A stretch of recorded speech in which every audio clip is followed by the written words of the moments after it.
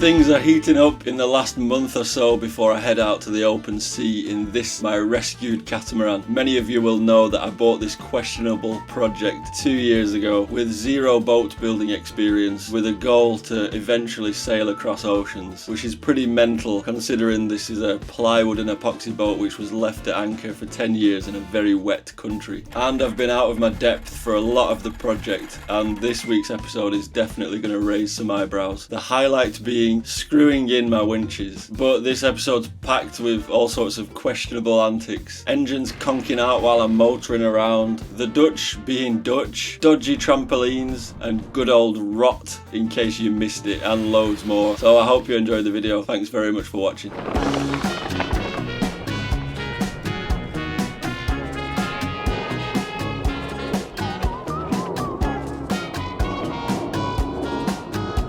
So it's been perfect weather to test my new stay sail and the new stay, and the sail fits absolutely perfectly. This sail is actually going to be my go-to sail. I'm going to use it more than any other as a foresail, because Mahi is a cutter rig. This stay sail is sort of the go-to in strong wind, medium to strong wind. Then I have other bigger sails for really light wind. And with the new Hanks, Dyneema on Dyneema, the sail it's really easy to hoist it. It goes up and down so easily, and it's at a really safe point of the boat to handle a sail, so it's really good. Previously I was using the main forestay with a big old Yankee. That's the reason why the mast was bending when we were on the North Sea, because the winds were 20 knots to 25 knots, and actually that Yankee jib is more for up to 18 knots. I do need to tension my rig a little bit more, but that's what I've been told, the reason for the mast bending. Now I've got my stay sail sorted, I need to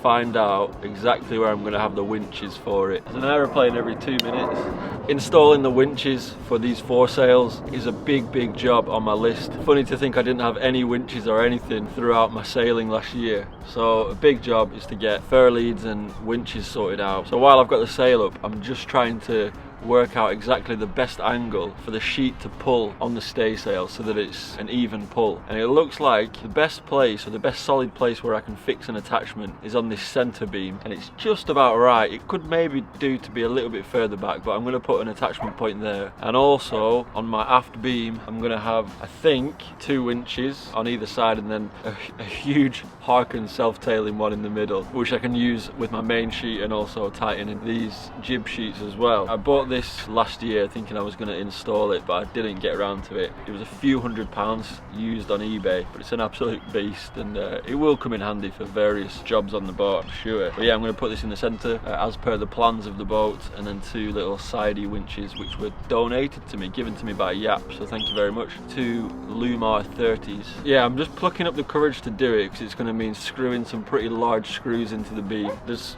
5 holes on each winch, but the beam is only wide enough for 4 screws, so they're going to overhang a bit, but it's going to be solid anyway, I think. But for now, while I pluck up the courage, I'm going to do my trampoline, which also involves screwing fittings into wood. I've got these little fittings and I'm screwing them in with pretty large screws and screwing it into a solid sort of stringer, so it should be a solid connection.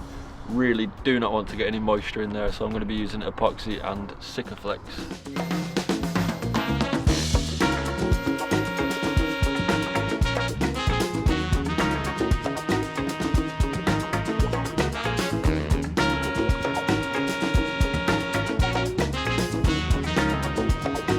Pre-drilled some holes, and I'm just continuing with my technique of injecting injector epoxy, so it's like a super thin epoxy which soaks into the wood really well. I'm also going to put some sealant on the little fittings that I'm going to put on.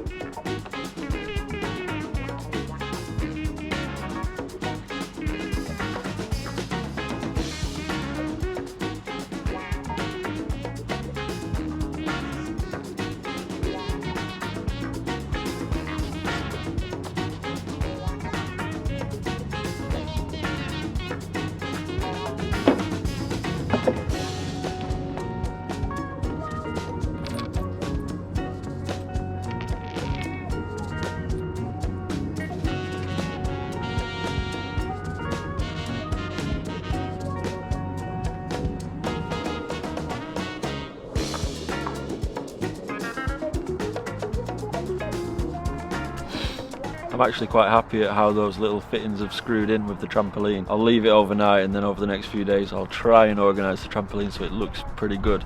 Got good daylight left, but it's going to be quite wet the next few days, so I'm just thinking I'm just going to screw these winches in and the fur lead, and I just hope I'm not doing something stupid, or I'm not doing something wrong, which is a feeling that I have very often, that I've had throughout this project. So I'm just going to screw them in, same technique, pre-drill a hole, fill it with impregnating epoxy, make sure it's nice and clean on the top, then put some Sikaflex on the winch, screw it down. So there's quite a lot to do. Just need to make sure I get my holes straight. Drilling straight holes is difficult, so I'm just going to be careful, and I think I'm just going to go for it. I hope I'm not doing something stupid. I think it's right. I think it's right.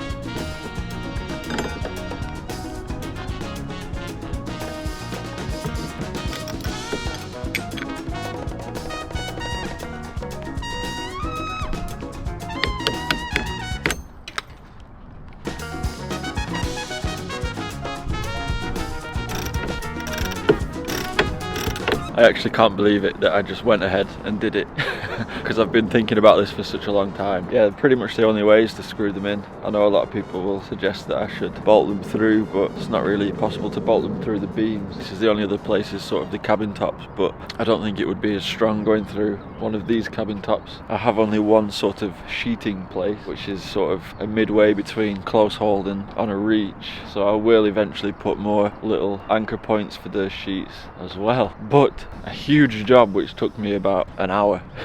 But I think they'll be strong enough. I'm sure a lot of people will have some bad things to say about this arrangement, but these winches are definitely oversized, and also I can rig up the sheets so that they do have some purchase, some mechanical advantage, so I'll do that as well. But yes, this has definitely been the best spring of my time here. It's been sunny for a lot of the days and really warm for this time of year, but the next couple of days it's a bit rainy. I have some indoor jobs to do. Obviously I put the stay sail on that has the Dyneema hanks which I made for it last year, but I also have a big old Yankee which needs the same Dyneema hanks, so I'm just making those up. I've shown them on the channel before, so it's really time consuming getting them all the exact same size. Judging by how easily the stay sail goes up, it's worth it. I'm gonna get out my Yankee sail and figure out how many I need.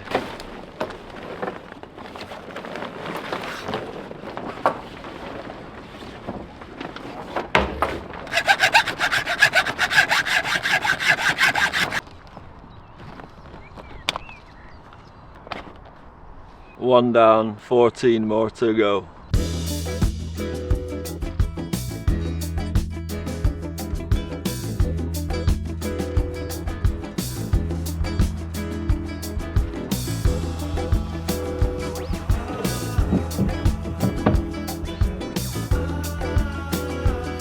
These sails are actually in really good condition because the boat had never been sailed. They're still nice and white and crispy. A lot of people are saying I should get some new sails made, but now these ones are good for now. I should probably be taking a bit better care of my mainsail at least, because that's just being out in the open, so I need a cover for it eventually, but because they're new, they're good for now. I know it's bad. It's a bit of a faux pas. I'll get some made eventually.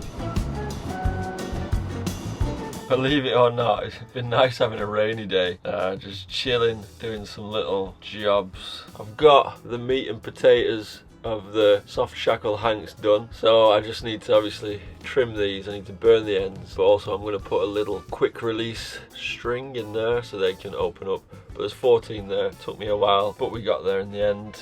And also I have an automatic life jacket which I accidentally left in my dinghy last year and it inflated, but it's been packed away nicely, and I've got a rearming kit for it. So it's difficult to find good advice on actually how to rearm it, but I think if I just screw the pieces in, it should be alright. We'll see. This is the air canister, and then this is the trigger mechanism. This is an automatic one, but also with a little manual pull on it as well. There's 3 things in the pack, so a little clip trigger and a cylinder. To stop myself from accidentally triggering it, I'll put this clip on first. This can go on first.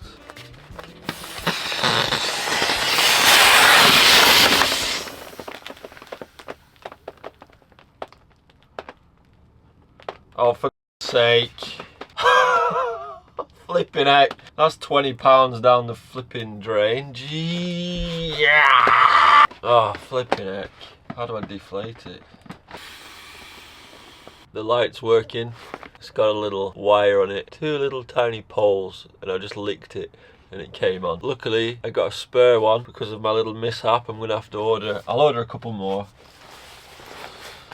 Okay, so let's go with trigger first.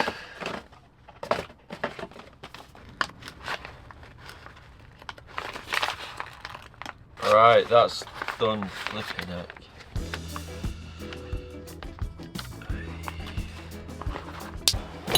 Now just to finish these off, to make this a hank, I just make it like the infinity symbol by passing it through the ball end,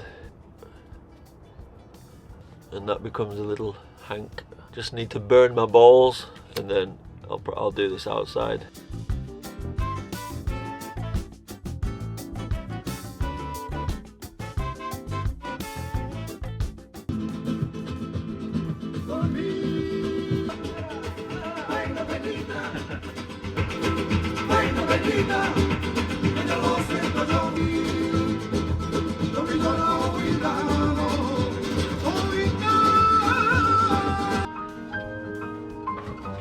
So time to sort out this very ugly looking trampoline. I screwed in these little fittings, and I know a lot of people are going to tell me that I should have bolted them through. However, where these fittings are screwed into, it's a very, very thick piece of wood. It would be difficult to get such narrow bolts through and straight. And I think because the difficulty of getting them straight, it would be difficult to seal them as well, keep them free of water. So I've just screwed them in. I think they're going to be all right. I'm probably going to have to service them after a couple of years, just check on them. And also, I'm not going to be using this trampoline for walking on while sailing, perhaps while sunbathing at anchor, but not. It's just a bit of a safety to catch you if you do fall over. There is a bit of a problem because the inner forestay bridle that touches the net. Over the last sort of 8 months that I've had this trampoline, it has actually started to chafe on the bridle quite a lot, so I can't really be walking on this net often anyway because it's just going to chafe through my bridle.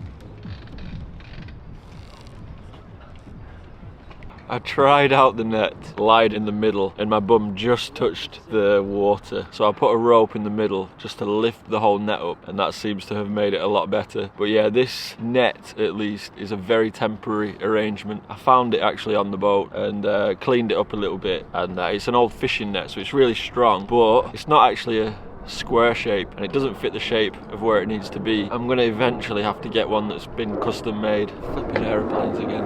For now, I'm pretty sure it would hold the weight of a person if they fell onto it, which is sort of the purpose of it. It's more of a safety thing, it's not really for walking on, but it does look like it's holding my weight, and it just looks a bit rough around the edges. So eventually I will get one custom made because it looks proper bad. It's a good job I'm not a perfectionist, because this would drive a lot of people crazy, but I think it's strong enough. On the inner forestay bridle, I've actually put this really thick tape which I got, which is proper good, really thick, sticks to everything. I've used it to repair a few things. I even have like a big open hole on the deck which is just covered by this tape, and people stand on it and it stayed watertight. So I use this tape for sort of temporary repairs, and I'm not too worried about the chafe that I already have on this stay, because these stays are oversized, so they can take a little bit of a shaving down. It's King's Day tomorrow, which means there's a lot of parties around Amsterdam, so it's probably going to be quite a leery weekend, but then I'll have a few more days because the weather's really nice now, and for the next few days, even if I do go and party this weekend, I should have a few extra days of work. But yeah, because it's King's Day, a lot of people are getting their sloops ready, which are for the most part upcycled lifeboats from big cruise ships and container ships, which a lot of the Dutch like to cut the roofs off. They rent them out for days like today, so everyone's getting their sloops ready in the yard. There's definitely a party feeling in the air.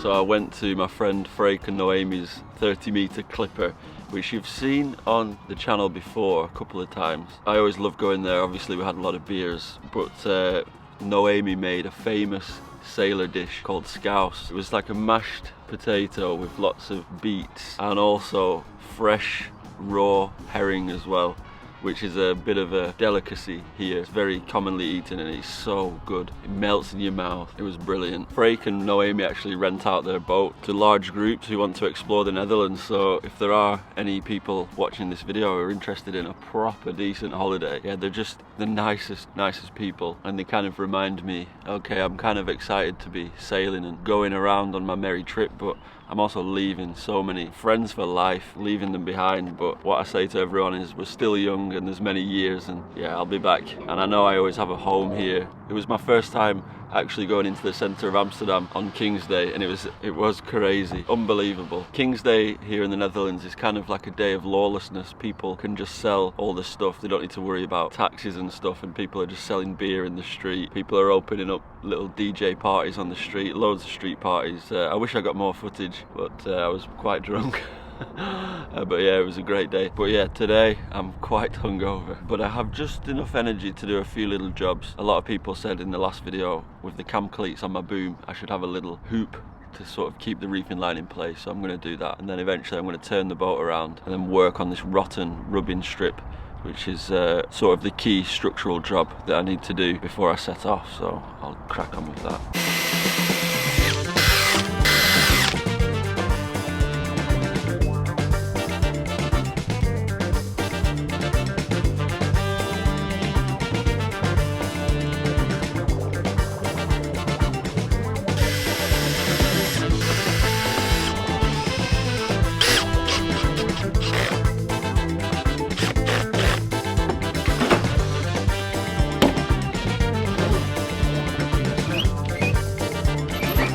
So I put a bit of pressure on this, so that's pretty tight,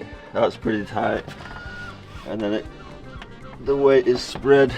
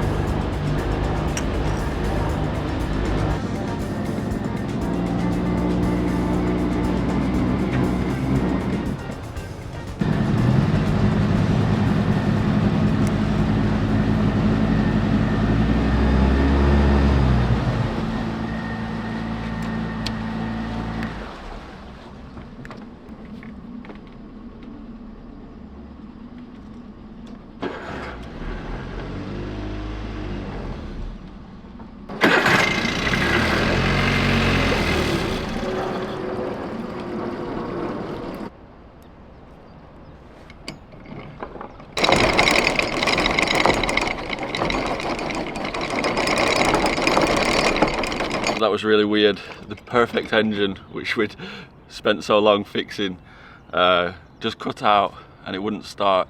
When I started it, it would go vroom and then just die. But I've just messed with the idle screw, and I think that's, well, it starts up now. Because I'm in this little tiny bay, really calm, so I just drop the anchor and can like deal with the problem. I hate it when these sort of things go wrong because it just knocks your confidence a bit, but yeah, hopefully it's just this screw. I'm not even sure if my anchor's digging in, I'm not sure how deep it is here. So I guess anchor's up and then give it another try.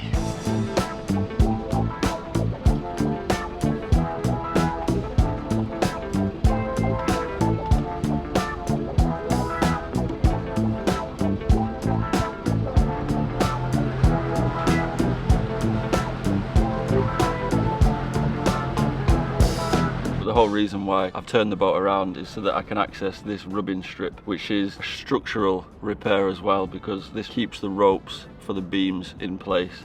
And I can just see that it's a little bit rotten, there's a little bit of play, and also there's 2 plants growing. So there's obviously decomposition there for these little life forms to grow. And although it is cute having a little garden, they have to go. So yeah, big job taking out all the dowels, the screws, and getting this off.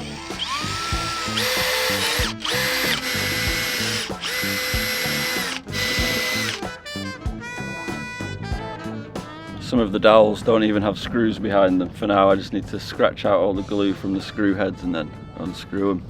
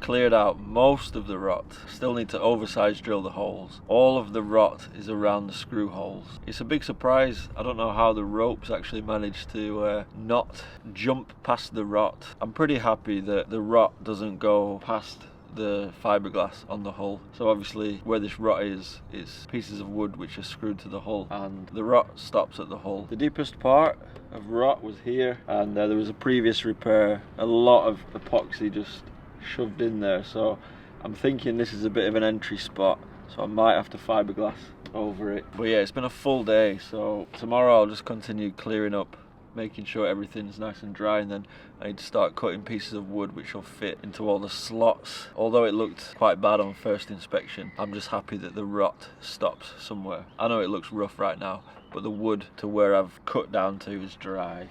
Quite shockingly actually, nails have been used. But when I use these nails just to test to see what it's like behind these holes, it's very hard. It doesn't just sink in. It's not like the soil texture of really rotten wood. It's 25 degrees today. Luckily, I've got air conditioning in my hull and I'm going to edit this video. Although, it would also be nice to be working on the boat. But that's all we've got time for. That's all my footage. Thanks so much for watching. Thanks so much for all your comments. Just for watching the video. These last couple of videos going over 100,000. It really helps me a lot. And of course, I genuinely couldn't be doing this without my patrons, PayPalers and coffee givers and super thankers.